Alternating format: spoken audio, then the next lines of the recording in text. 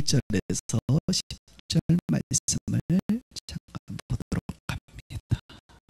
누가복음 19장 1절에서 10절, 신약성경 128페이지 주본 앞에 화면을 보셔도 좋습니다.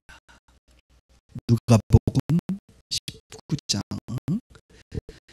1절에서 10절 말씀, 제가 빠른 속도로 읽을 테니까 눈으로 따라오시기 바랍니다. 예수께서 여리고로 들어가 지나가시더라. 삭개오라 이름하는 자가 있으니 세리장이요 또한 부자라. 그가 예수께서 어떠한 사람인가 하여 보고자 하되 기가 작고 사람이 많아 할 수 없어 앞으로 달려가서 보기 위하여 돌무화과 나무에 올라가니 이는 예수께서 그리로 지나가시기에 되밀어라. 예수께서 그곳에 이르사 쳐다보시고 이르시되 삭개오야 속히 내려오라. 내가 오늘 내 집에 유하여야 하겠다 하시니 급히 내려와 즐거워하며 영접하거늘 무사람이 보고 수근거려 이르되 저가 주인의 집에 유하여 들어갔도다 하더라. 삭개오가 서서 주께 여짜오되 주여 보시옵소서. 내 소유의 절반을 가난한 자들에게 주겠사오며 만일 누구의 것을 속여 빼앗는 일이 있으면 내 갑절이나 갚겠나이다. 예수께서 이르시되 오늘 구원이 이 집에 이르렀으니 이 사람도 아브라함의 자손이로다. 인자가 온 것은 잃어버린 자를 찾아 구원하려 함이니라. 아멘. 오늘 설교 제목은 인자이신 예수 그리스도라는 제목으로 말씀을 나눕니다. 우리는 사복음서를 계속 공부하고 있습니다. 마태복음과 마가복음에 이어서 오늘은 누가복음, 다음 주에는 요한복음 말씀을 공부하게 됩니다. 마태복음과 마가복음에서 예수님은 어떤 모습의 예수님이라고 우리가 배웠습니까? 마태복음에 나타나신 예수님은 왕으로 오신 예수님에 대해서 우리는 배웠습니다. 그리고 지난주 마가복음을 통하여 예수님은 왕이실 뿐만 아니라 종으로 오신 예수님에 대해서 배웠습니다. 오늘 누가복음은 인자이신 예수님이십니다. 인자. 성경에 인자라는 단어가 참 많이 나옵니다. 하나님의 인자하심, 그 인자와 지금 제가 말하고 있는 인자는 전혀 다른 인자입니다. 그 인자는 어질 인자와 사랑한다는 의미로 어질고 사랑하시는, 우리를 사랑하시는 인자하심의 하나님에 대해서 말씀하고 있지만, 제가 오늘 여러분들과 말하고 있는 이 인자는 바로 사람 인자를 쓰고 있습니다. 인자이신 예수님이라고 하는 것은 영어로 The Son of Man, 사람의 아들이다 이거죠. 그러니까 예수님이 누구시냐? 왕이시고 종이시고 사람이시다. 여러분, 우리가 믿고 있는 그 예수님은 사람으로 이 땅에 오신 분이십니다. 바로 사람의 아들로 오셨습니다. 사람이신 예수 그리스도, 완전한 사람이고 완전한 구원자로 우리 가운데 오신 예수님임을 성경은 말하고 있습니다. 예수님에 대한 족보는 마태복음 1장과 누가복음 3장에 등장합니다. 여러분 아시는 것처럼 마태복음 1장은 아브라함과 다윗의 자손, 왕으로 오신 예수님에 대해서 시작을 하고 있지만, 이 누가복음에는 3장에 보면 요셉의 아들 예수에 대해서 말하면서 그 예수님으로부터 시작해서 그 위 부모님들을 계속 말하고 있습니다. 성경은 이렇게 말합니다. 요셉의 위는 헬리요, 그 위는 누구요? 그 위는 누구요? 위는 하다 보면 어디까지 갈 것 같아요? 아담까지 가죠. 아담까지 갑니다. 그리고 아담은 하나님께서부터 창조된 자라는 것을 누가복음 3장의 족보를 통해서 우리는 알 수 있습니다. 결국 누가복음 3장의 족보는 예수님을 아브라함과 다윗의 자손의 관점이 아닌 무엇으로 보고 있나요? 바로 아담이라고 하는 사람의 자손이시다. 결국 사람이신 예수님에 대해서 설명하고 있는 것입니다. 오늘 누가복음은 여러분들 우리 성경을 배우는 느낌으로 지식을 알아가는 즐거움이 있는 그런 예배가 되기를 바랍니다. 누가복음의 저자는 누구일까요? 누가는 누가인가요? 제가 제일 좋아하는 아이스크림 중에 누가 말하는 게 생각나는데 1부대 생각나는데요. 누가는 누구일까요? 알아볼까요? 누가는 유대인이 아닙니다, 여러분. 헬라인입니다. 이방인 그리스도인입니다. 신약 성경 중에 유일하게 이방인에 의해서 쓰여진 성경이 바로 누가입니다. 누가는 또한 예수님의 제자가 아닙니다. 초대교회 때 오순절 마가의 다락방에 임했던 그 성령을 경험한 사람이 아닙니다. 누가는요 2대 그리스도인입니다. 그는 사도들을 통하여 세워진 그 교회 공동체를 통하여 나중에 회심한 거듭난 하나님의 사람입니다. 그래서 누가는요, 누가복음에서 특히 오늘 본문에도 등장하는 사개오라든지 이런 회심의 역사를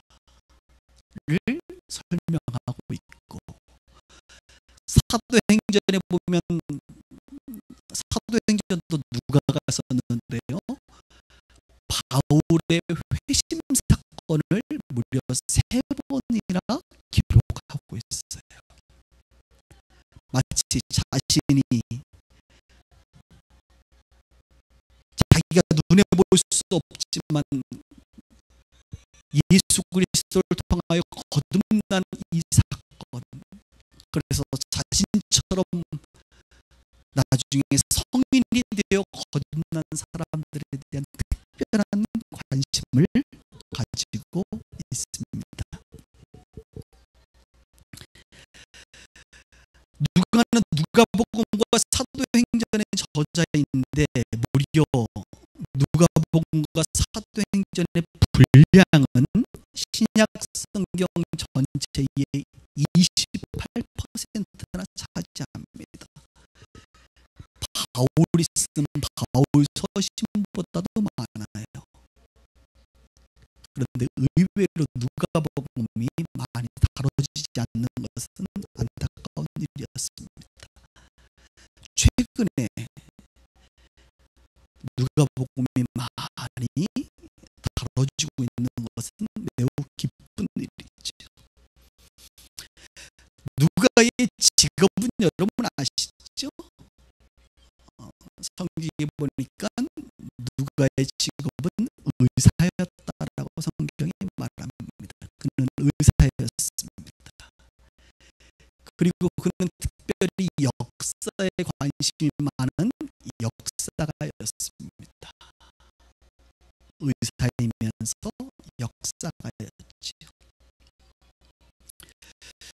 그가 의사인 것을 하나님께서는 사용하십니다. 하나님께서는 성경을 성령의 감동으로 쓰시는데 특별히 그 사람들의 직업, 문체, 성격, 학력 이런 것들을 종합적으로 활용하십니다. 이것을 유기적 영감이다라고 하는 신학적 용어를 씁니다. 누가복음은 마태도 아닌 마가도 아닌 요한도 아닌 누가의 관점에서, 그리고 그동안 자기가 전에 들은 예수님에 대한 행적을 성령의 감동을 따라 기록하게 된 성경입니다. 그래서 직업이 의사인 것처럼 조금 그 질병들을 다룰 때에 진단하는 것이 표현이 좀 달라요. 예를 들어서 마가복음에 보면 베드로의 장모님이 열병에 걸렸잖아요. 마가복음은 그냥 열병이라고 표현하는데 누가는 뭐라고 표현하는 줄 아세요? 중한 열병 이렇게 표현하고 있습니다. 마가복음은 나병 환자 이렇게 딱 쓰고 있는데 누가는 온몸에 나병 들린 사람, 구체적으로 온몸에 걸려있다 이렇게 표현하고 있습니다. 심지어 그는 의사였기 때문에 의사들이 비난받는 것이 좀 싫었나 봐요. 그렇잖아요. 동정업종이면 좀 보호하고 싶은 마음이 있었는지요. 마가복음에는 혈루병 앓는 여인이 고생한 이를 향하여 많은 의사에게 많은 괴로움을 받았다라고 성경이 쓰여 있는데 누가복음에는 의사 말을 쏙 빼놓고 아무에게도 고침을 받지 못했다 이렇게 쓴 것을 우리는 볼 수 있습니다. 하나님께서 이런 것들을 허용하시는 것 같아요. 누가는요, 또한 사도 바울의 가까운 친구이자 동역자입니다. 사도행전에 1차, 2차, 3차 선교 여행을 떠날 때 이 누가가 함께하게 되었는데, 그래서 여러분 사도행전에 보면 바나바와 바울이 1차 선교 여행은 같이 갔잖아요. 그리고 2차부터는 헤어지지 않았습니까? 아마도 누가가 바나바와 함께 갔었다고 한다면 아마도 사도행전은 바울의 이야기는 없고 바나바의 이야기가 있었을지도 모르겠어요. 그런데 그는 바울과 함께 여행을 함으로 말미암아 바울에 대한 기록이 성경에 굉장히 많이 나오게 됩니다. 여러분, 직업이 의사이고 역사가라고 생각해 보십시오. 그분의 사고방식은 어떨 것 같아요? 합리적이고 지성이 있고 관찰력이 있고 뭔가 의심에 대해서 반드시 이걸 짚고 넘어가지 않으면 안 될 만한 그런 성향의 사람인 것이죠. 그런데 의외로 누가는요, 누가복음에서 기도에 관련돼서,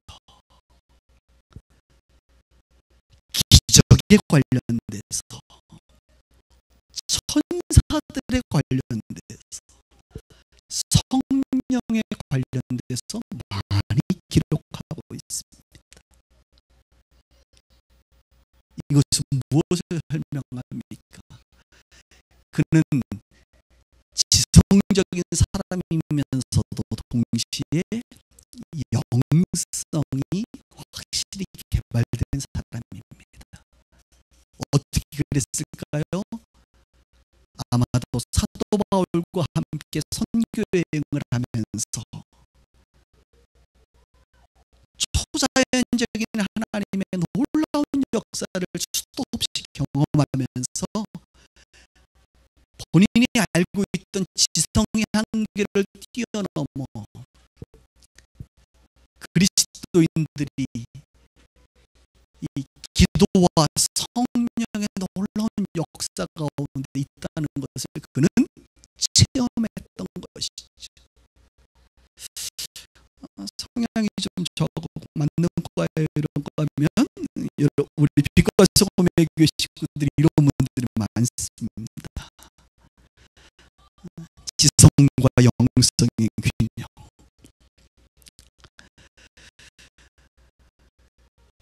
누가복음과 사도행전의 수신자는 1장에 보면 데오빌로라고 하는 사람입니다. 데오빌로 카카라고 표현하고 있는데 학자들은 데오빌로가 누구인가를 추적한 끝에 대부분은 로마에 있는 고위 공직자였을 것이다라고 추측합니다. 그런데 그것보다 더 의미 있는 것은 이 데오빌로라고 하는 이름입니다. 데오빌로, 데오스, 필로스라고 하는 것이 합성어입니다. 데오스는 하나님이고 필로스는 사랑입니다. 성경의 사랑은 아가페 사랑, 에로스 사랑, 필로스 사랑을 말하죠. 그 사랑이에요. 그러니까 데오빌라라고 하는 이름 자체의 뜻은 하나님의 사랑을 받는 자라는 의미입니다. 그런 의미에서 사람에게 편지를 쓰는 것 같지만 사실 하나님의 사랑을 받고 있는 저와 여러분들에게도 동일하게 필요한 말씀이고, 이 데오빌로는 전혀 예수님을 모르는 자가 아니라 이미 복음 안에 들어온 초신자라고 볼 수 있습니다.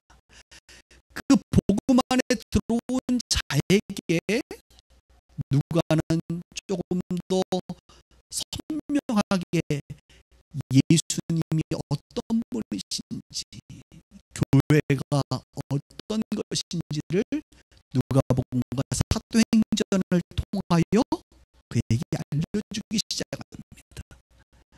그러므로 오늘 이곳에 있는 복음 안에 들어오신 저와 여러분들, 예수를 영접하고 주님 안에 살아가고 있는 그리스도인들에게 정말 필요한 것, 누가복음과 사도행전이 아닐까 싶습니다. 그런 면에서 누가복음의 내용 중 오늘 저와 여러분들은 세 가지의 중요한 강조점을 좀 보면서 은혜를 나누고 싶은데요. 누가복음은 첫 번째로 기도와 성령에 대해서 매우 강조하고 있다는 것입니다. 기도와 성령에 대해서. 예수님께서 세례 받으실 때에도 예수님께서 기도하신 장면이 나옵니다. 그리고 성령이 임하십니다. 예수님께서 기적을 행하실 때에도 누가는 예수님께서 기도하셨다고 말합니다. 여러분 생각해 보세요. 하나님의 아들이신 그분께서 뭘 기도를 하고 기적을 행하십니까? 그냥 기적을 행하시면 되지요. 그런데 예수님께서 기적을 행하실 때는 기도하셨다. 다른 말로 예수님은 사람의 모양으로, 사람으로서 지금 살아가고 계시기 때문에 기적을 행하시는 데 있어서 기도하셨다. 이것을 강조하고 있습니다. 사도들, 제자들을 선택할 때에도 예수님은 기도하시고 선택하시는 장면들이 등장합니다. 변화산에 올라가실 때에도 기도하시고, 겟세마네에 가서도 기도하시고, 특별히 주기도문을, 기도를 가르쳐 주시기 전에도 예수님은 기도하시는 장면이 등장합니다. 그리고 십자가상에서도 죄인들을 향하여 기도하시는 예수님의 모습이 등장합니다.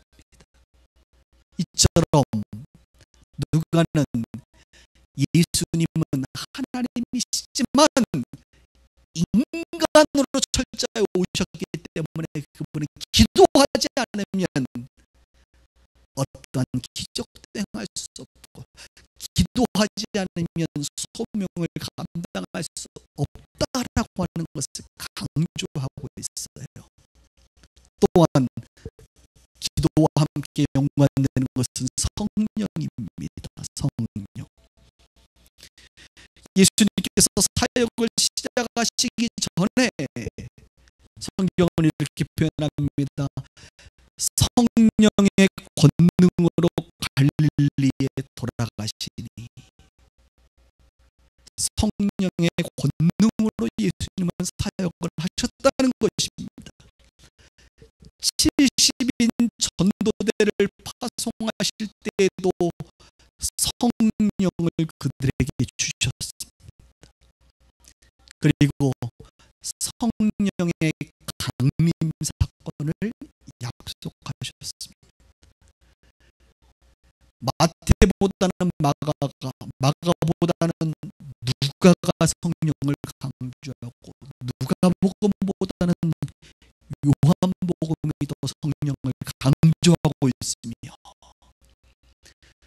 요한복음보다는 사도행전이 성령의 역사가 더 드러나는 것을 우리는 보게 됩니다. 이처럼 누가의 눈에는, 관점에는 예수님은 인간이시다라고 하는 것을 강조하고 싶은 거예요. 그분은 기도하시고 그분은 성령의 권능을 받을 때 그 일들을 감당하실 수 있는 분이었다라고 말합니다. 어떻게 이런 관점이 생겼을까요? 누구를 만나느냐가 그래서 중요한 거예요. 바울과 함께 다녔잖아요. 바울이 어떤 사람입니까? 성령의 사람이 아닙니까? 그는 기도하며 성령으로 살아갈 때에 예수님처럼 병든 자를 고치고, 감옥에서 풀려나고, 수많은 이적과 기적을 행하며 질병을 이기는 놀라운 역사를 그는 옆에서 의사의 눈으로, 역사의 눈으로 바라보았단 말입니다. 그러면서 그의 삶의 패러다임, 이 세상의 지식이 한계를 뛰어넘는 이 영적 세계가 있다는 것을 그는 깨달았던 것이죠. 사랑하는 성도님들, 우리 교회는 수준 높은 교회, 할렐루야.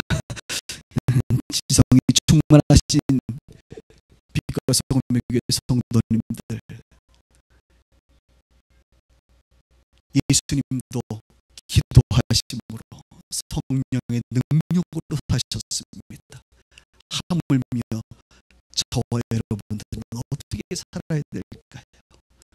기도와 성령의 능력으로 살아가야 되는 것이죠. 두 번째, 누가복음의 강조점은 그리스도인들의 기쁨에 관련돼서 강조하고 있습니다. 기쁨. 누가복음에는 기쁨이라는 단어가 많이 등장합니다.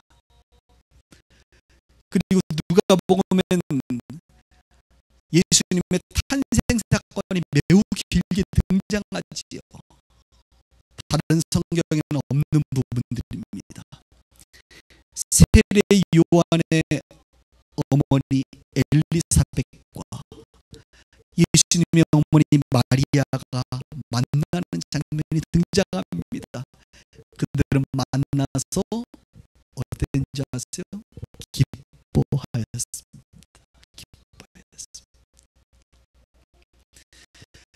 그리고 예수님께서는 그리스도인들이 핍박당하는 것에 대해서 마치 마태복음의 산상수원과 같은 말씀을 하시면서 이렇게 표현합니다. 너희들이 핍박을 받거든 그날에 기뻐하고 뛰놀라. 하늘에서 너희 상이 큽니다. 오늘도 신앙생활하면서 세상에서 여러분 핍박받는 분들을 기뻐하세요. 할렐루야. 기뻐하고 뛰놀라. 하늘의 상이 크다라고 말씀하고 있습니다. 70인을 파송하고 그들에게 보고를 받을 때 예수님께서는 이렇게 말합니다. 그때 예수께서 성령으로 기뻐하시며, 여러분 성령은요 기쁨의 영이에요. 위로의 영이시기도 하고 진리의 영이시기도 하지만 그분은 기쁨의 영이에요. 성령 충만하면 그래서 늘 기뻐해요. 예수님은 제자들이 복음을 전하고 귀신을 쫓아내고 능력을 행할 때에 사단들이 하늘로부터 우르르 떨어져 번개처럼 떨어지는 것을 내가 보았다 하면서 기뻐하셨습니다. 또한 예수님뿐만 아니라 하나님을 상징하는 탕자 비유에서 아버지의 심정을 이렇게 표현합니다. 탕자가 돌아왔으니 우리가 먹고 즐기자, 우리가 즐거워하고 기뻐하자. 잃어버린 집 나간 둘째 아들이 돌아왔으니 기뻐하자라고 하나님 아버지의 마음을 표현하고 있죠. 더 놀라운 것은 누가복음 1장과 누가복음 마지막 장 마지막 절에서는 기쁨으로 시작하고 기쁨으로 끝난다는 거예요. 누가복음의 시작과 마지막은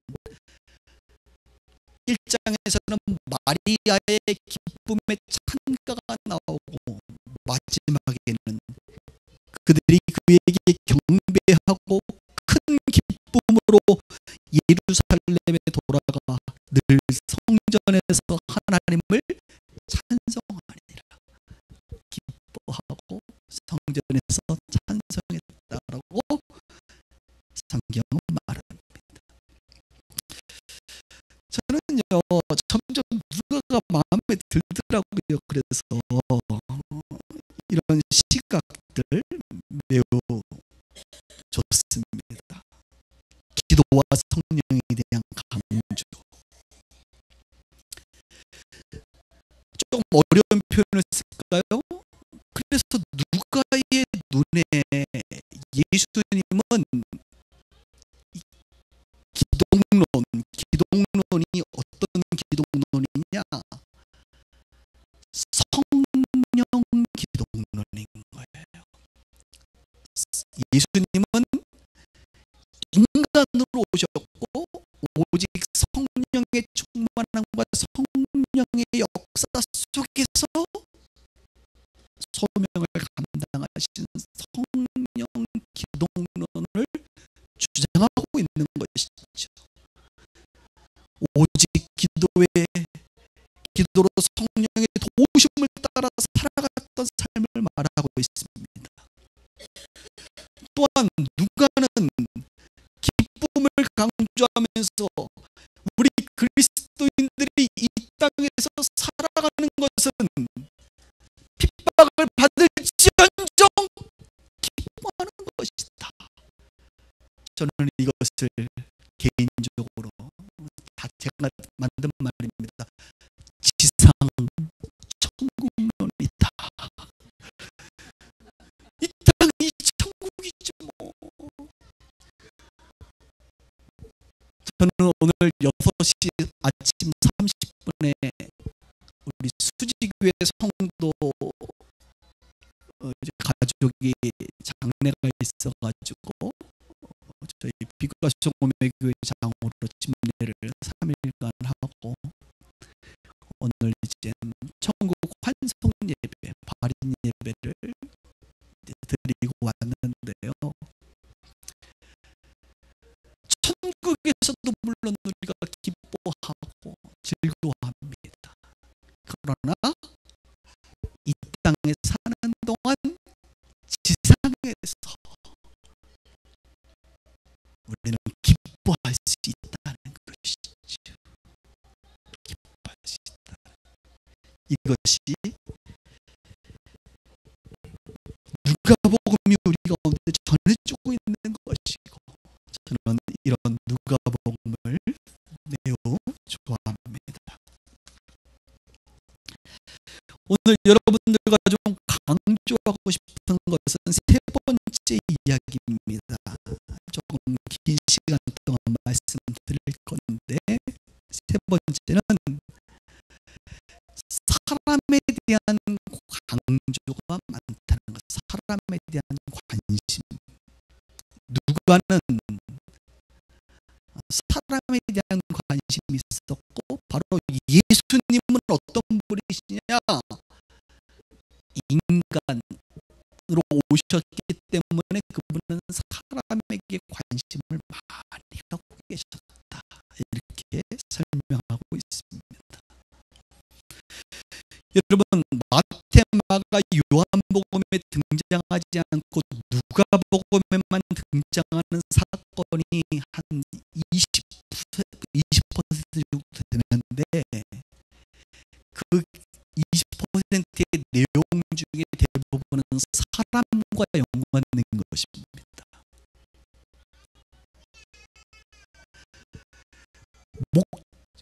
예수님이 탄생하실 때에 소외받은 목자들이 예수님을 예방한 것,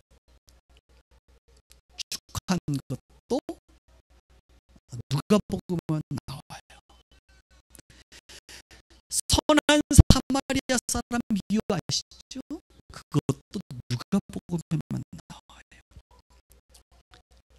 아까 얘기했던 탕자 비유, 잃어버린 둘째 아들의 비유도 누가복음에만 나옵니다. 부자와 나사로 비유도 누가복음에만 나오고, 부활하신 후에 엠마오 도상에서 사람들을 만나는 그 이야기도 누가복음에 나오고, 오늘 우리가 보게 될 삭개오의 이야기도 누가복음에만 only 나옵니다. 이토록 누가복음에 나오는 예수님은 사람에게 관심이 있었다는 것. 사람, 비유를 들어도 늘 사람에 관련된 비유를 들었다라고 하는 것입니다.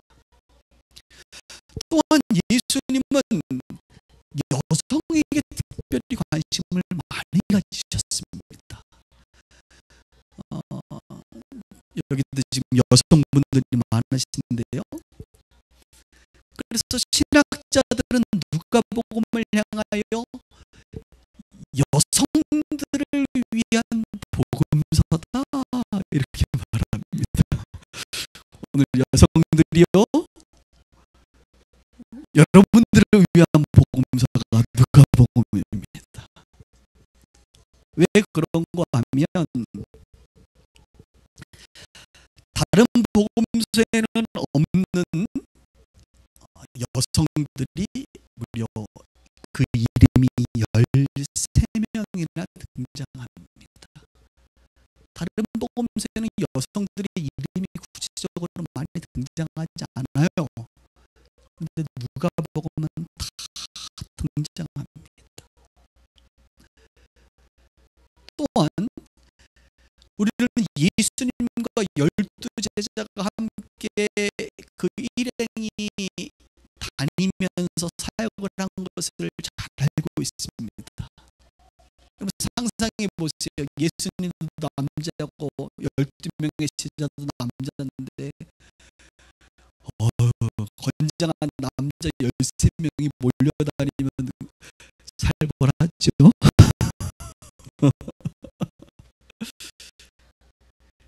그런데 누가복음 8장 1절부터 3절에는 예수님과 남자 제자들만 있는 게 아니라 바로 여제자들도 따라다녔다는 거예요.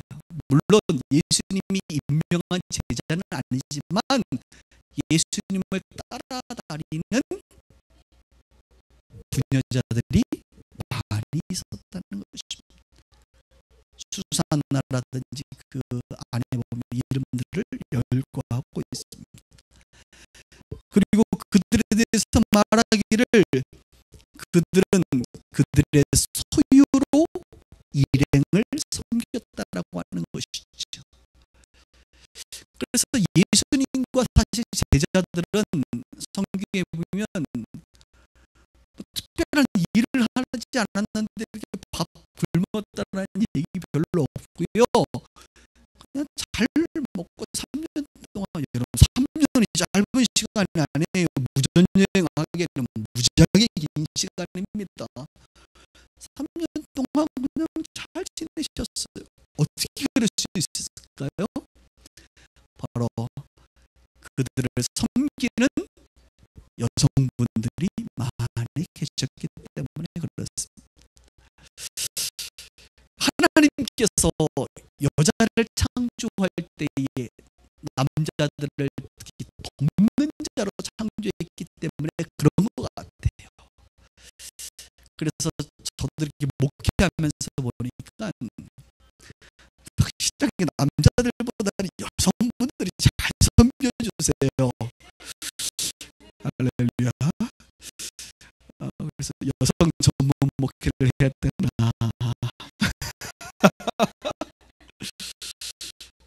하나님이 그렇게 창조하신 것 같고 예수님 당시에도 여성들이 그렇게 잘 섬겼던 것 같습니다. 오늘 여성에게 관심 가지신 예수님에 대해서 설명하니까 우리 남자들이요 이해해 주시길 바랍니다. 그리고 누가복음에는 아주 충격적인 단어가 하나 나오는데 바로 아브라함의 딸이라는 단어입니다. 여러분 아브라함의 딸이라는 단어 들어보셨어요? 아브라함의 자손이라는 단어를 많이 봤지. 누가복음은 여성을 향하여 이는 아브라함의 딸이다 이렇게 말합니다. 그 사건은 바로 안식일날 18년 동안 꼬부라져서 펴지 못했던 자를 치유하시고 나서 예수님께서 그 여인에게 이제 너는 아브라함의 딸이다 라고 축복하십니다. 그뿐만이 아니라 여러분 지금 계속 약간 강의식을 하는데 재미가 있으신 건가요? 개인적으로 적용은 여러분들이 막 들으면서 알아서 하셔야 돼요. 오늘은 누가복음은 남자의 이야기와 함께 반드시 쌍을 이루어서 여자들의 이야기가 계속 등장해요. 예를 들어 볼까요?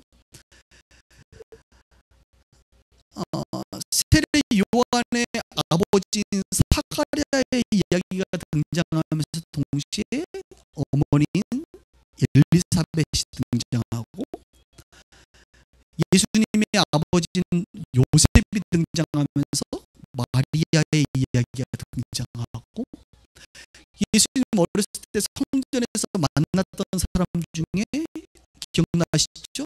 남자 시므온이 등장하고 그 다음에 여자 안나 선지자가 등장합니다. 쌍을 이루어요. 나만 장군이 치유받는 사건을 이야기하면서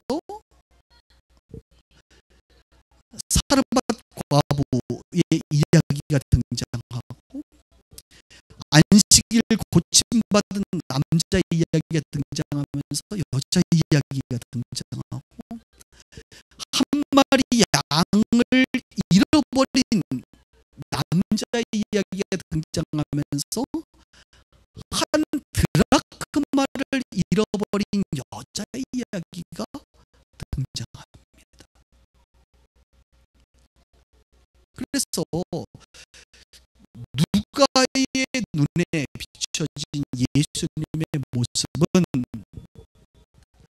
남자와 여자는 하나님 앞에 함께 그리고 나란히 서야 할 존재. 남자와 여자는 명예와 은총에서 동등한 존재. 남자와 여자는 같은 은사를 받고 같은 책임을 가진 존재로 비춰주고 있고, 바로 예수님은 여성들에 대한 특별한 관심을 갖고 있었다라고 하는 것이죠. 그래서 어떤 칼럼니스트는 이렇게 말합니다. 예수님이야말로 진정한 페미니스트다, 이런 표현을 쓰게 되는 거예요.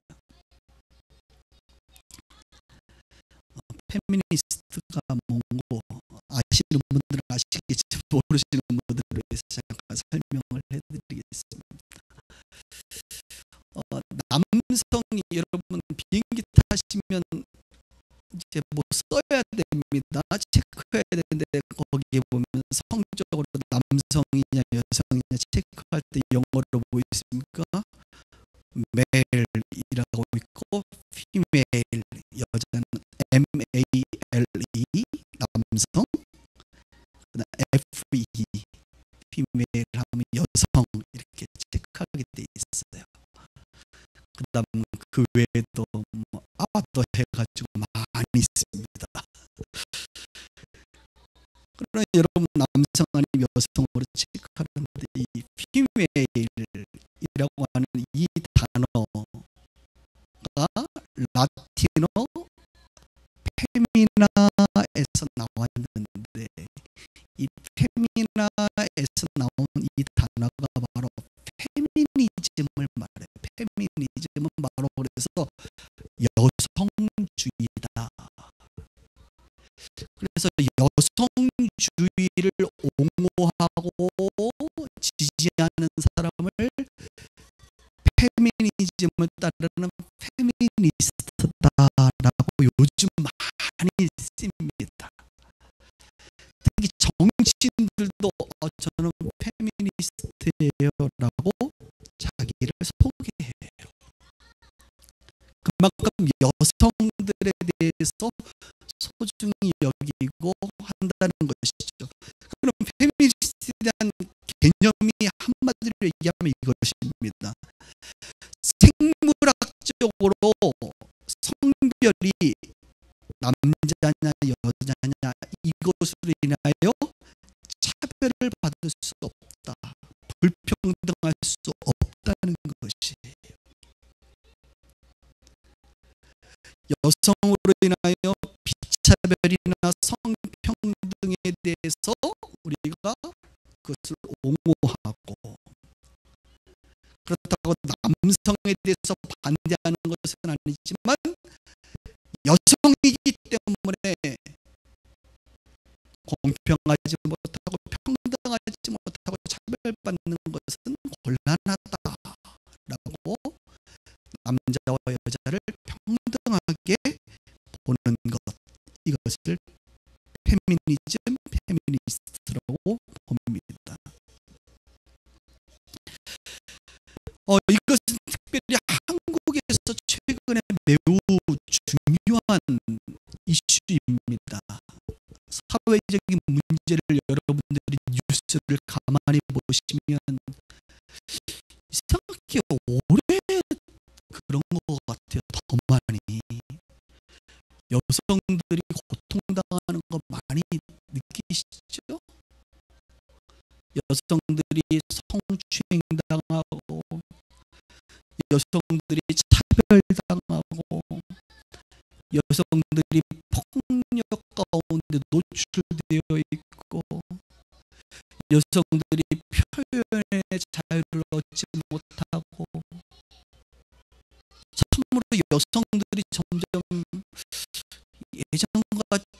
예전보다 더 점점 이렇게 그 차별당하는 것들을 우리가 이렇게 듣게 되는 그런 시대이죠.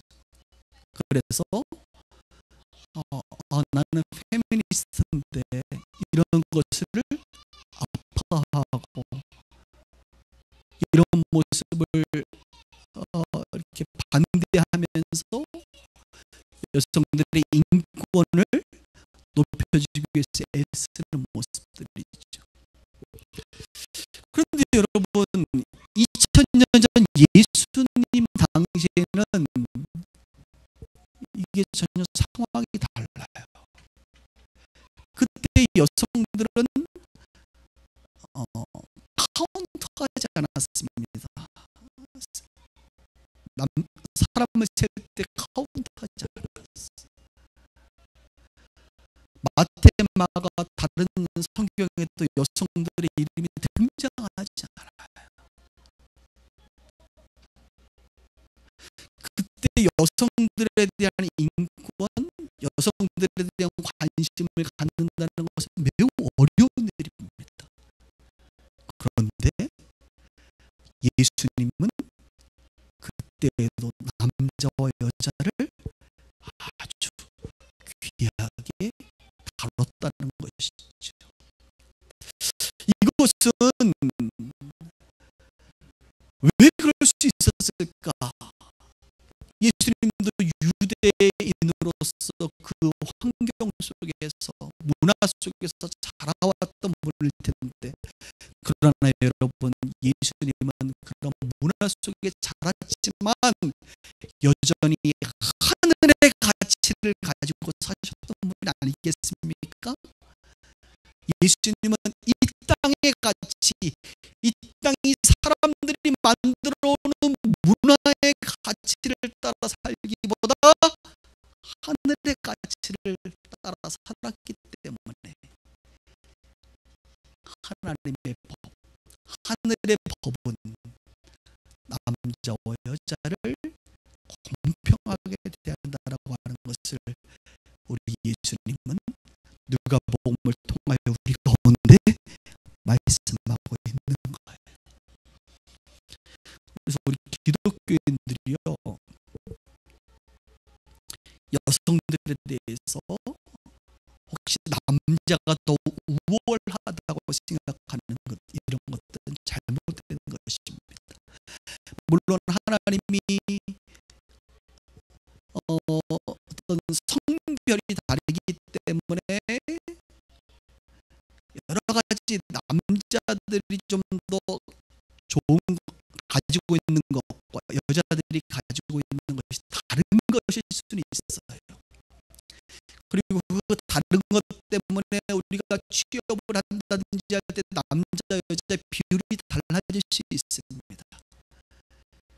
그런 어떤 성적인 부분들이 있어서 다른 것들은 인정하지만 그 다른 것 때문에, 다른 것 말고 어떤 성에 의해서 차별하는 그런 것은 곤란하다. 갑자기 우리 목사님 오늘 인권 운동가가 되는 것 같은 느낌입니다. 그런 이제 사고를 좀 가질 필요가 있다는 것이죠. 예수님도 그러셨구나. 그리고 누가가 그것들을 잘 발견하고 있습니다. 사람에 대한 관심 중에 오늘 가장 강조하고 싶은 것은 바로 예수님께서 가난한 자와 소외된 자에게 관심을 갖고 있었다는 것입니다. 이것은 우리가 많이 들었던 이야기죠. 예수님은 가난한 자에게 특별히 많은 관심을 가지셨습니다. 그리고 장애인들에 대해서 특별한 관심을 가지셨습니다. 그리고 질병이 있는 자들을 고쳐주시는 특별한 관심을 가지셨어요.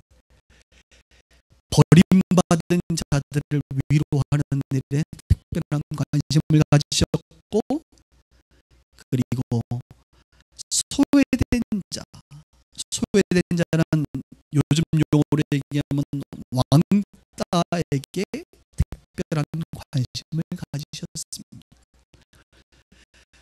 왕따에게 특별한 관심을 갖는 자, 저는 이런 자들을 왕을 따르는 자라고 얘기했죠.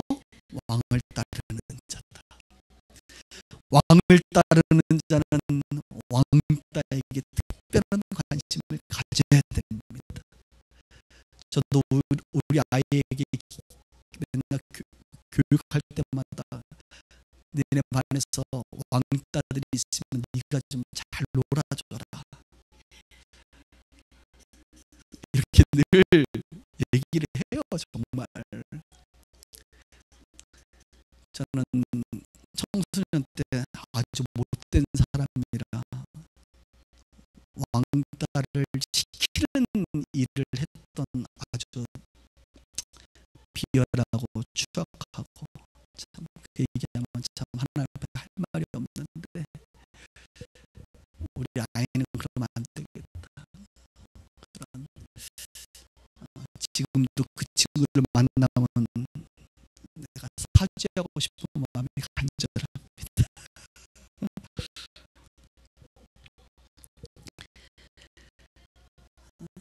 오늘 본문에 등장하는 삭개오가 왕따였어요. 왕따. 한번 볼까요? 1절부터. 예수께서 여리고에 들어가시는데 삭개오라 이름하는 자가 있으니 직업이 세리장이고 세금을 많이 걷어가지고 부자가 됐어요. 부자래요, 부자. 좋은 직업의 부자면 뭐예요? 왕따인데. 그가 예수께서 어떠한 사람인가요? 예수님이 유명인이니까, 유명인이 지나가시니까 궁금하죠. 근데 키가 작아가지고 할 수 없어서 무화과 나무에 올라가서 보게 됩니다. 5절에 예수께서 그곳에 이르사 쳐다보시고 이러실 때 우리 예수님은 또 어떻게 삭개오인지 알고 삭개오야 속히 내려오라, 유명한 삭개오도 소문 좀 났나 봐요. 내가 오늘 내 집에 유하여야 하겠다.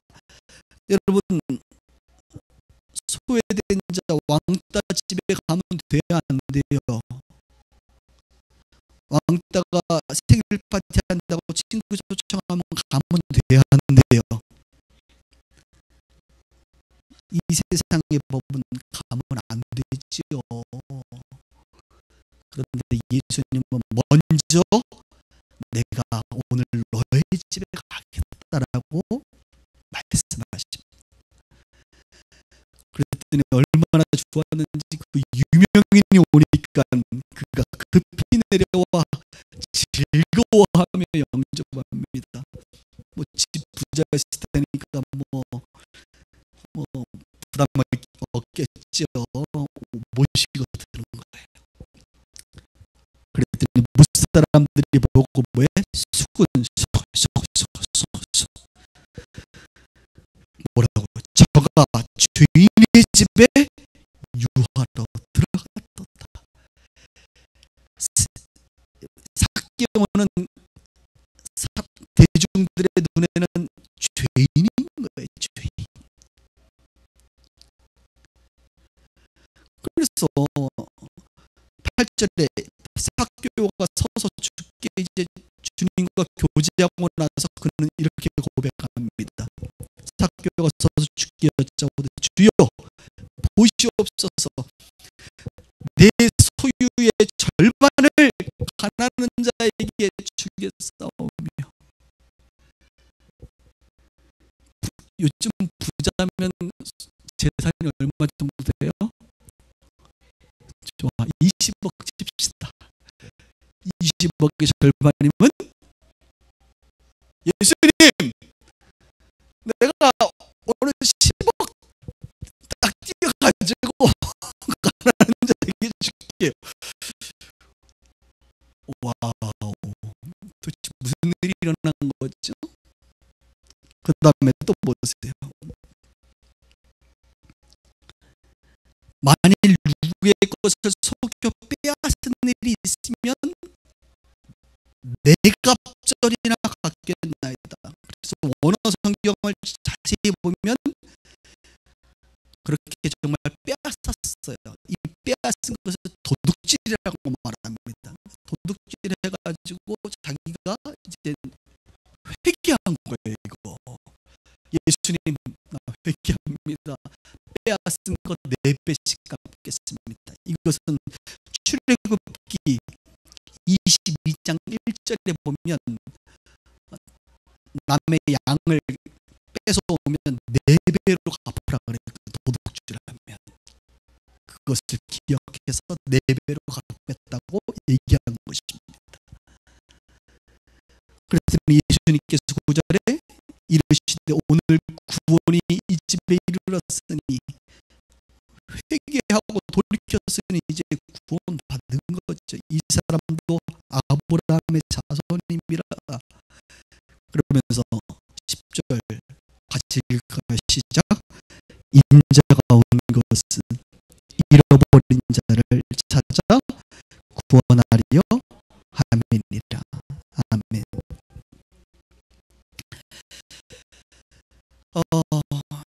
조금 더 부연 설명을 하겠습니다. 여리고라고 하는 것은 동서로 사람들이 오고 가면서 향유와 특산물들을 많이 가지고 오는 무역로라고 볼 수 있는데, 바로 삭개오는 여러 세리, 마태와 같은 사람은 세리인데 세리 장이니까 얼마나 권세가 있겠어요. 그래서 세금을 띄어요. 근데 세금을 로마의 공권력을 등에 업고 아주 폭력적으로 많이 뜯습니다. 그래서 유대인들은 저 삭개오 키도 조그마한 저인데 그냥 아주 깡다고 있고 그냥 포악한 저 사람을 향하여 죄인 취급한 거죠. 왕따 만들어 버린 것이죠.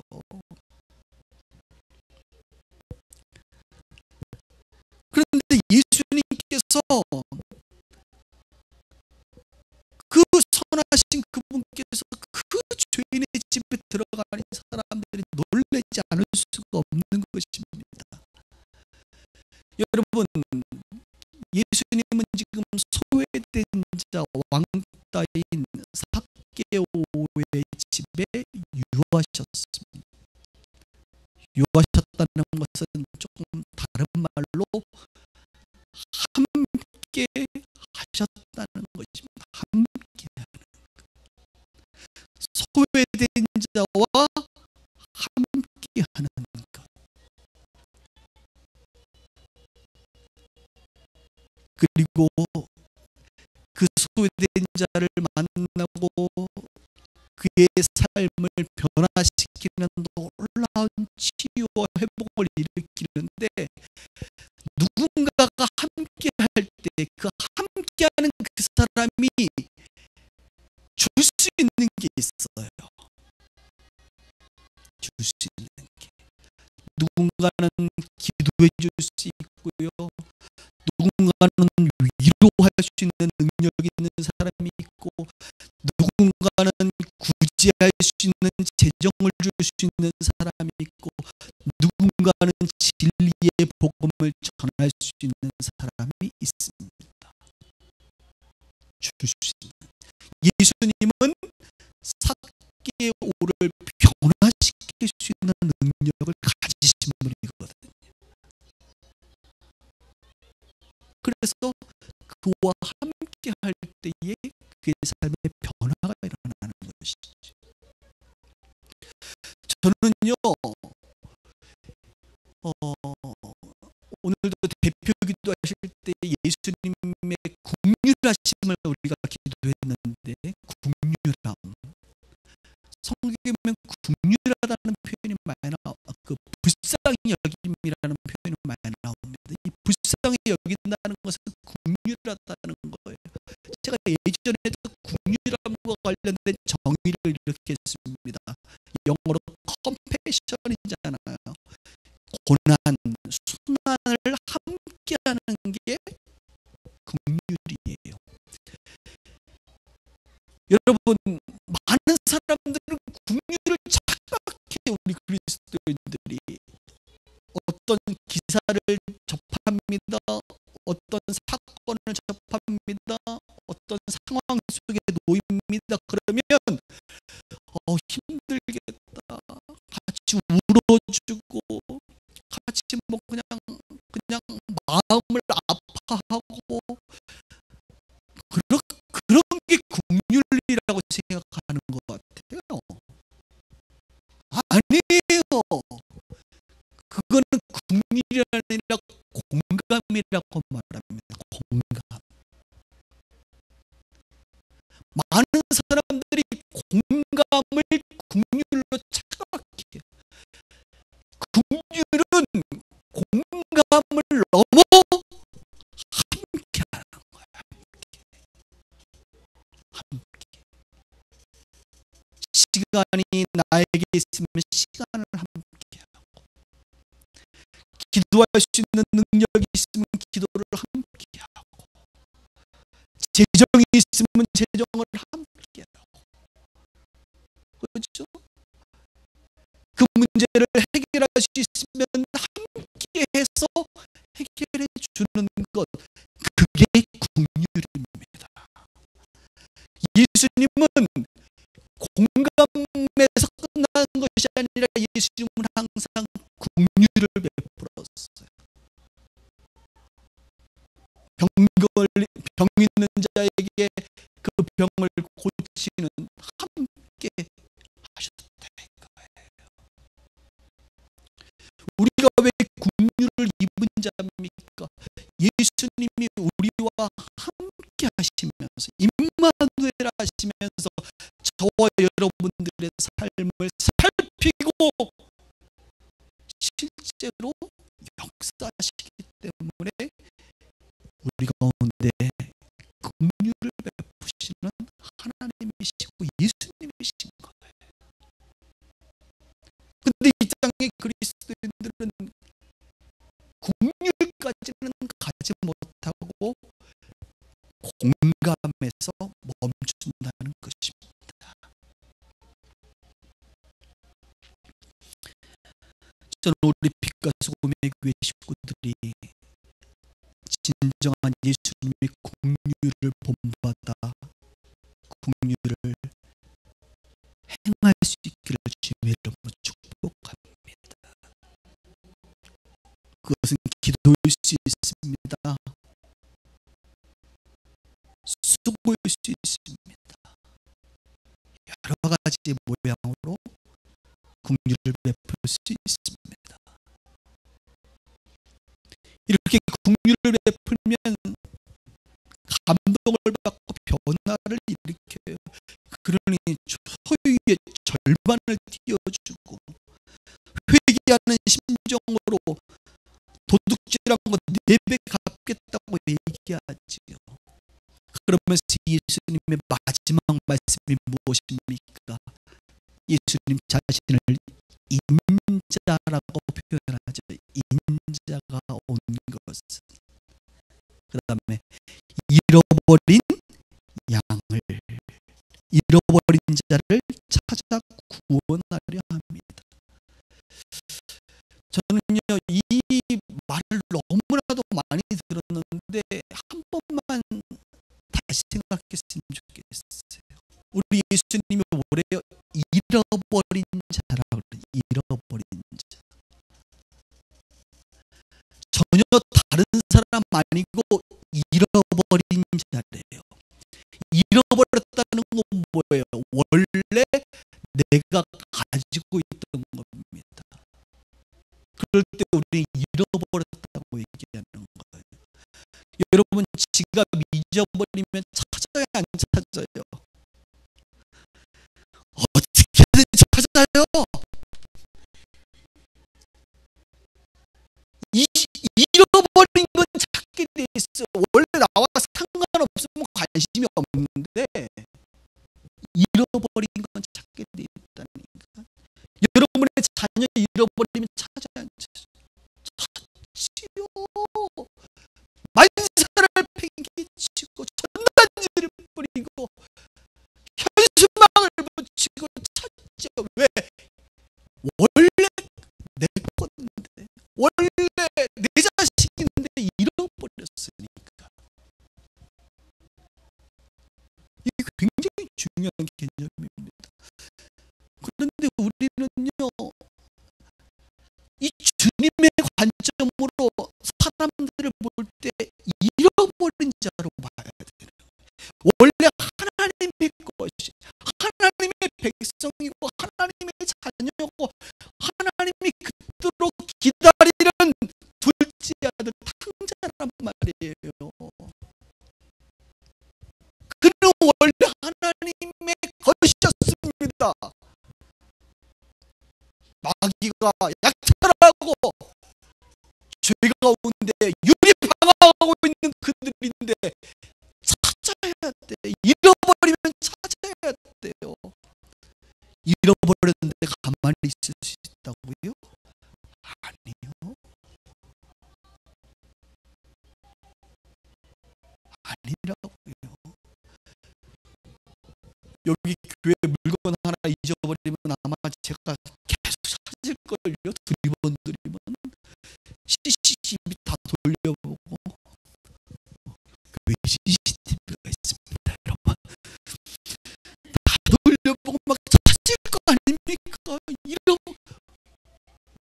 원래 아니면 우리 게 아니면 안 찾지.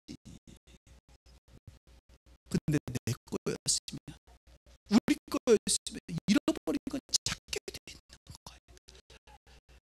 하나님은, 예수님은 잃어버린 자라고 사교를 말합니다.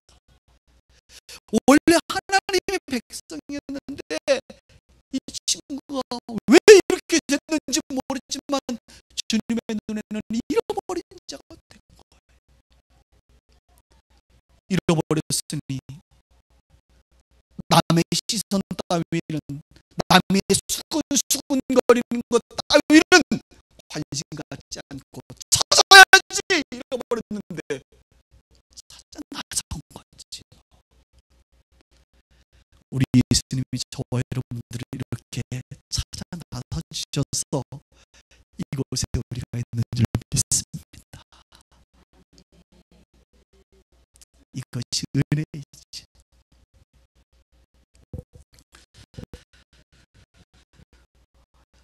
제가 설교를 준비하면서 오늘 사람에게 관심을 가지시는 예수님을 생각하면서 과연 우리 교회는 사람에게 관심을 가지고 그동안 어떤 국류를 했는가, 국류 사업을 진행했는가를 한번 생각해 봤어요. 이제 교회를 이전하다 보니까 자꾸 옛날 추억이 자꾸 잠깁니다. 여러분, 10년 동안의 목회를 이렇게 정리하게 되고요. 그래서 지금 다는 기억나지 않지만 어제 저녁에 좀 정리를 하면서 몇 개 좀 적어봤어요. 그리고 우리는 뭔가 일을 할 때 그때 주님이 주시는 그냥 마음을 따라, 우리는 뭐 세상 사람들은 즉흥적이라고 할 수 있는데 우리는 성령의 인도함이라고 저는 표현하고 싶은데 그냥 성령께서 주시는 마음을 따라 했어요. 예전에 공릉동 지역에 차상위 계층 사람들이 도움을 못 받는다 그래서 동사무소하고 연계해서 통장님들의 도움을 받아서 각 통마다 한 명씩 뭐 적지만 10만 원씩 해서 21 가정 210만 원을 온라인으로 이체한 적도 있고, 학생들 장학금을 우리가 좀 줘야겠다는 마음이 있어서 서울 과기대, 서울여대, 뭐 공연초등학교, 경기공고 뭐 장학금도 주면서, 특히 대학생들 중에 뭐 다른 사람보다 사정이 있어서 경제적으로 어려운 사람들을 좀 도와줘야겠다 이런 마음 때문에 학점 이런 거 보지 않고 A4 용지 앞면에 자기가 왜 장학금을 받아야 되는지 한번 써봐라 했더니 무려 한 5-6명 주려고 그랬는데 과기대 한 200통 정도 오고요. 서울여대는 한 180통 정도 왔어요. 야, 나는 학생들이 그렇게 많이 보낼 줄 몰랐어요. 그래가지고 읽는데 너무 힘들더라고요. 그리고 기도하면서 정말 읽으면서 뭐 감동 오는 대로 이렇게 우리가 정해서 장학금도 그때 한 400~500만 원 전체 집행했던 것 같고,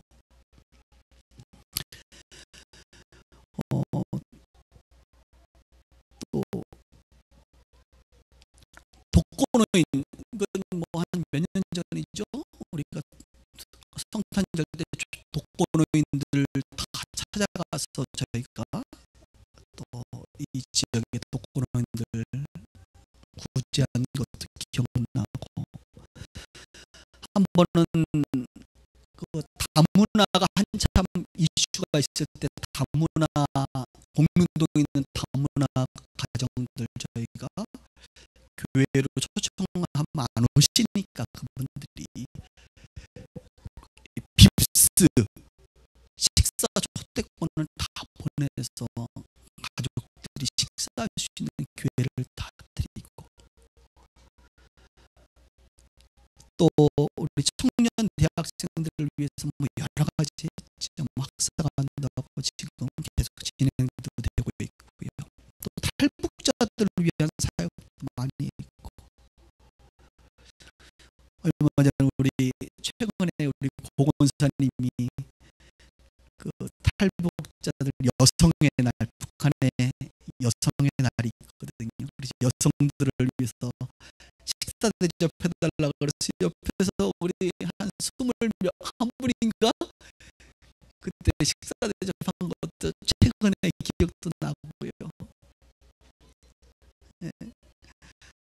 그다음 장애인들 사역한 것들, 돕는 것들, 또 해외 아동 난민들 뭐 돕는, 그러니까 지금 잠깐 생각나는 것만 해도 참 많은 부류의 사람들, 소외된 자들, 아팠던 자들, 가난한 자들을 어떤 경우는 지속적으로 지금 하는 것도 있고, 어떤 경우는 일시적이지만 했던 것들 기억이 납니다.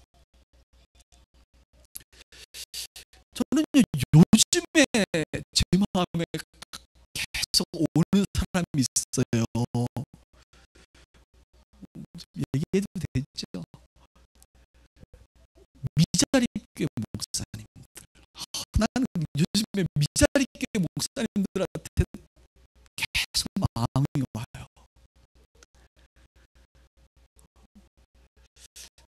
우리 교회 형편이 좀 나아져서 그런 것 같아요. 여러분, 저희 교회가요, 무시하지 마세요. 보기는 해도 대한민국 상위 10% 안에 들어가는 교회입니다. 그리고 사역으로 봤을 때는 대한민국 5% 안에 들어가는 사역을 하고 있는 교회예요. 어떻게 이것을 확인하시? 그냥 믿으세요. 전문가의 얘기니까. 뉴스의 전문가들 얘기하면 믿으시면서 꼭 앞에 있는 목사 얘기하면 안 믿으시더라. 그러면 우리가 상위 1%가 되기 위해서 부단히 노력해야 되는 거죠. 뭘 또 고개를 끄덕이죠.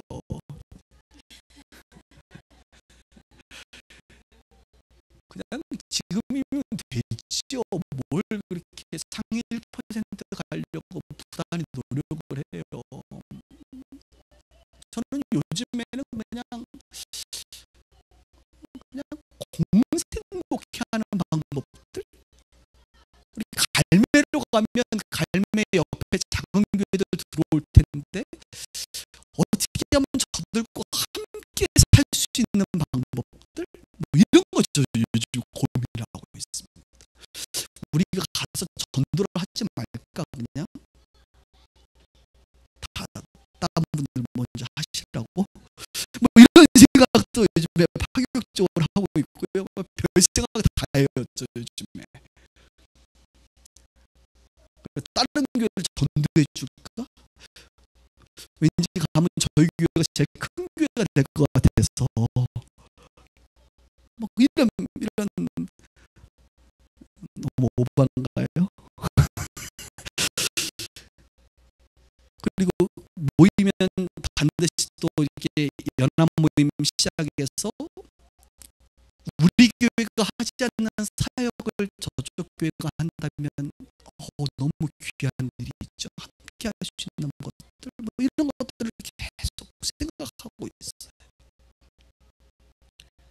언제까지 우리가 1% 되려고 달려갈 겁니까?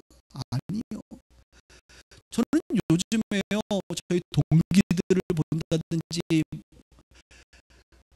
목표 환경을 본다든지, 오늘 네이버 뉴스에도 보니까 그 메인 페이지도 보니까 이 소득의 불균형, 이런 문제들이 심각한 거 아닙니까, 한국에? 저는 감사해요. 지금도 목회할 교회가 있잖아. 교회가 하나도 아니야. 나는 두 개나 돼. 그리고 사역할 대상이 성도님들이 계시잖아. 여러분, 사역의 대상이 없는 분들도 많아요. 그것처럼 비참한 게 없거든. 그리고 먹고 살잖아. 여러분, 다 저 먹고 삽니다. 아멘. 주님이 다 월급 주셔서 먹고 살아요. 근데 그렇지 못한 사람들이 많거든. 근데 제 마음에 요즘에 그분들이 많이 생각이 나요. 그래서 개인적으로도 만나서 뭐좀 돕기도 하고 그러는데, 어제 저희 아내하고 이마트에 가서 장을 보는데 추석이더라고요, 이번 주가.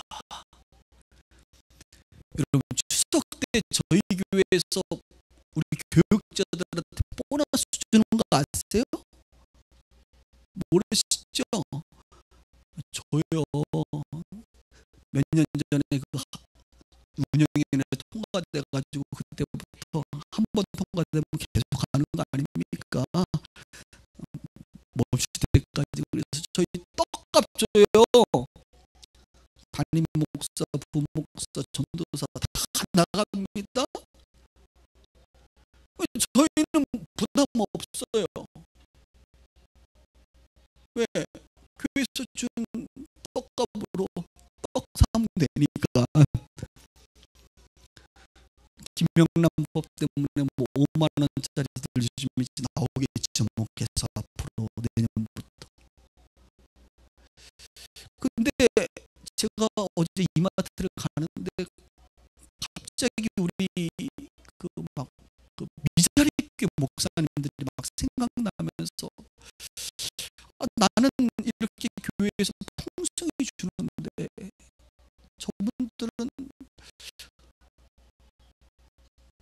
내가 너무 오버했는지 모르겠지만 그냥 그런 생각이 드는 거예요.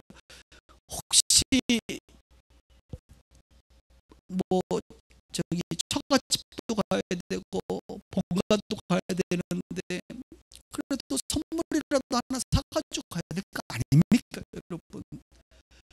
그럼 5만 원짜리 두 개만 10만 원은 있어야 될 텐데 어떤 분들은 그 10만 원도 부담스러울 테니 아마 요번에 못 간다고 하실 분들이 또 있지 않을까, 뭐 이런 괜한 생각을 그냥 하는 거예요, 저는. 그래서 제 마음 가운데 그런 생각이 들더라고요, 요번에.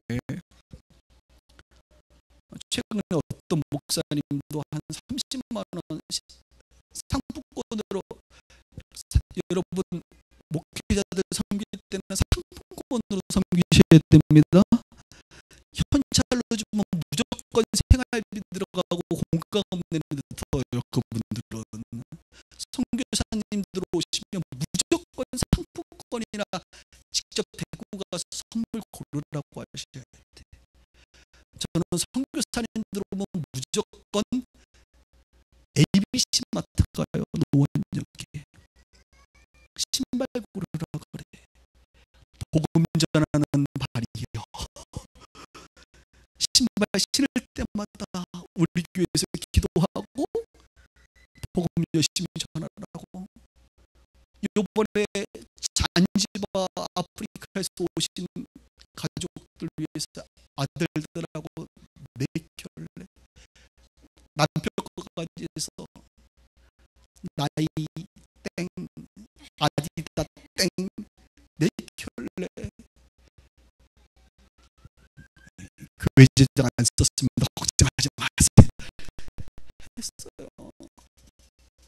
저 요즘에 그런 거 합니다. 여러분 생각해 보세요. 선교사들이 자기 돈으로 아디다 땡 살 것 같아요? 안 사요. 안 사. 그냥 제 마음이 그런 거야. 요번에도 분명히 우리 목사님들 중에 그래서 제가 10만 원짜리 우리 홍 목사님 10만 원짜리 상품권 좀 구해보세요. 10만 원짜리 상품권 돈으로 주면 안 써. 이분들은 10만 원짜리 상품권을 드리면서 이것은 설 명절 가족들을 위한 선물 구매비입니다. 구매용입니다. 라고 아예 목적을 딱 해서 몇 분에게라도 드리면 어떨까. 이런 생각을 어제 갑자기 했어요. 그리고 큰돈 안 쓸 테니까 진행합시다. 할렐루야. 그래서 이것도 제가 아는 분들이 많지 않으니까 혹시 여러분들 주변에 아시는 목사님들이 있죠. 여러분 주변에 그분들 중에 이분 정말 어렵다 하시는 분들이 있으면 오늘 중으로 저에게 연락 주세요. 문자 주세요. 제가 저녁에 전화 드리겠습니다. 그럼 그분들에게 내일 발송하면 등기로 내일 모레 갈 것 같아요. 그래서 우리가 3명이 될지 4,000명이 될지 10명까지는 안 될 것 같아요. 저희도 형편이 어려워서. 그래서 하여튼 했으면 좋겠어요. 그냥 그때 그냥 주님께서 감동하시는 대로 합시다. 운영위원회 해야 되나 이거? 100만 원 이하는 안 하는 걸로 하니까 우리가 그냥 합시다. 뭐 이런 거예요. 그냥 제 마음이. 제가 금요일날 설교 최근에 한 것 중에 그런 설교했던 것 같아요. 정말 저는 이제 갈매도 가겠지만 가서도 뭐 하나님께서 은혜 주시면 교회도 부흥할 거라고 봅니다. 오늘도 아침에 전화 왔어요. 교회 예배가 몇이냐고. 그래서 어디 사시냐 그랬더니 3단지 사는데, 어디가 3단지요? 갈매 3단지 산다는 얘기예요. 요즘 갈매 교회 치면 저희 교회가 맨 위에 올라오니까 지금도 다 우리는 다 돼 있어요. 그랬더니 제가 그랬어요. 11월 달에 우리 가니까 딴 데 가세요 그랬지. 그래서 연락 오더라고요 벌써부터. 하나님 은혜 주셔서 교회가 부흥하면 감사합니다. 그러나 저의 관심은 하나님 보낸 우리 교회 성도들, 그리고 지역, 그리고 하나님의 나라, 여기에 더 관심이 많아요. 남은 평생의 삶을 무엇을 위해 달려갈 거냐, 저는 다른 거 관심 없어요. 그냥 하나님 나라를 위해서 우리가 헌신했으면 좋겠다. 교회의 벽과 담을 넘어 하나님의 나라 확장에 귀하게 쓰임받는 인생이고 교회 됐으면 좋겠다. 예수님께서 사람에게 관심 가진 것처럼 우리도 사람에게 관심 갖자. 소외되고 힘들고. 제가 과기대에서 그저께 설교하면서도 그랬어요. 직원들한테 얼마나 더 높아지고 얼마나 더 가시려고 하느냐. 우리가 이 정도면 되지 않았어요 여러분. 그런 얘기했어요. 우리 사랑하는 성도님들, 얼마나 더 높아지고 얼마나 더 가지고 얼마나 더 왕이 되시려고 합니까? 먼저 그의 나라와 의를 구할 수 있는 단계가 되지 않았나요? 우리 교회 그렇지 않나요? 그런 마음으로 살고 싶은 거지.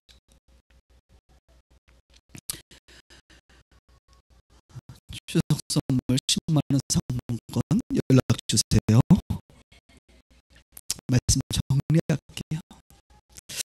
그런 면에서 교회가 참 중요하다고 생각합니다. 왜냐하면 혼자로는 아까 언급했던 우리 교회의 구제사역은 아무것도 할 수 없다라는 것을 제가 깨달아요. 혼자로는 불가능하구나.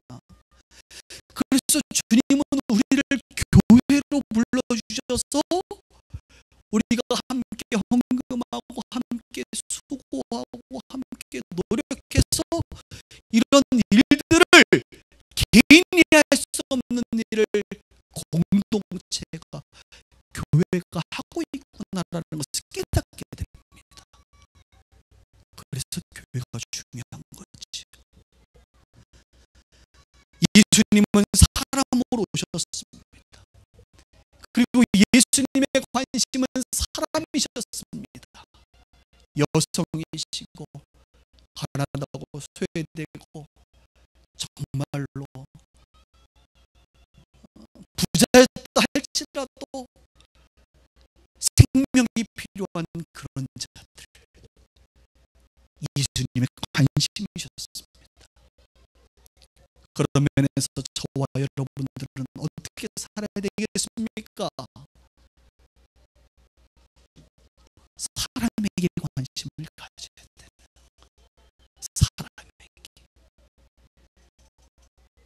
주변을 돌아보세요. 하나님이 잃어버린 자들입니다. 찾아야죠. 잃어버렸으면 그들에게 생명의 구원이 있어야겠죠. 그리고 그들을 섬기고 함께 공생할 수 있는 그런 삶을 살아갈 수 있는 빛과 소금의 교회, 작은 교회지만 우리부터 그렇게 살아갈 수 있기를 주의 이름으로